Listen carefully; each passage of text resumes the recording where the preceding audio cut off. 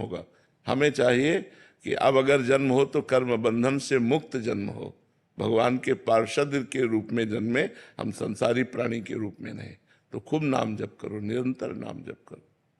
राहुल मिश्रा जी उदयपुर से। हरिवंश। श्री हरिवंश महाराज जी। महाराज जी, राधा वल्लभ लाल जी के जब दर्शन करने जाएं तो अंग माधुरी का दर्शन किस क्रम से करना चाहिए महाराज जी? क्या सर्वप्रथम गादी जी को प्रणाम किया जाना चाहिए या प्रभु के? दर्शन करने में यह ध्यान हो कि किस तरह से, कैसे, कहाँ। अरे प्यासे नैन जे गए तो नेत्रों में नेत्र मिले, भूल गए। कभी कभी तो केवल नेत्र दर्शन ही घंटों में हो पाए, केवल नेत्र दर्शन, इसके बाद कुछ शुद्ध ही नहीं रही। जब मंत्र जप करो तब दर्शन की भावना जागृत होगी। अभी तो श्री विग्रह केवल दिखाई देंगे। मंत्र जप करो। और सिद्धांत में जो दास्य भाव का भक्त होता है उसकी दृष्टि चरणों में जाती है, चरणों से दर्शन प्रारंभ करता है। नख सिख लो अंगंग माधुरी मोहे श्याम धनी।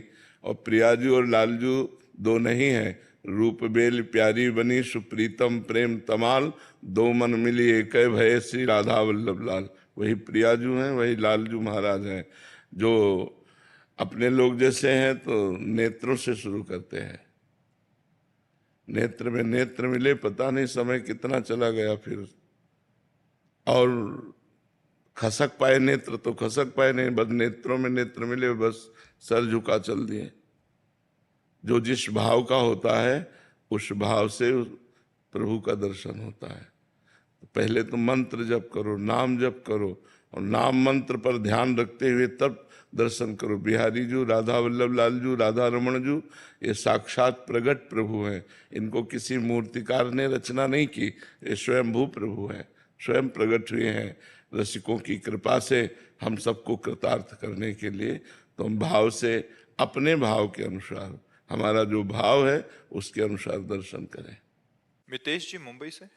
श्री हरिवंश। श्री हरिवंश महाराज जी। महाराज जी, भगवत गीता जी में भगवान श्री कृष्ण जी ने कहा है कि पूरा संसार मेरा निराकार स्वरूप में स्थित व्याप्त है। संपूर्ण जीव मुझ में स्थित हैं परंतु मैं उनमें स्थित नहीं हूँ, वो मुझ में स्थित नहीं है। परंतु गुरुदेव भगवान, हम बर्फ में पानी स्थित नहीं है,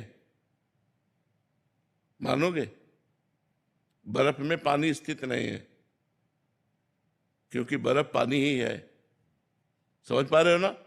हाँ, मैं उनमें प्रवेश नहीं करता हूं क्योंकि मैं ही बना हूं। प्रवेश तो उसमें करे ना, खाली जगह हो, मैं ही वहां पहले से विराजमान हूं, तो मैं किसमें प्रवेश करूं? भगवान की वाणी को समझना है, और वो भजन के द्वारा समझ में आती है, व्याख्या के द्वारा समझ में नहीं आती है।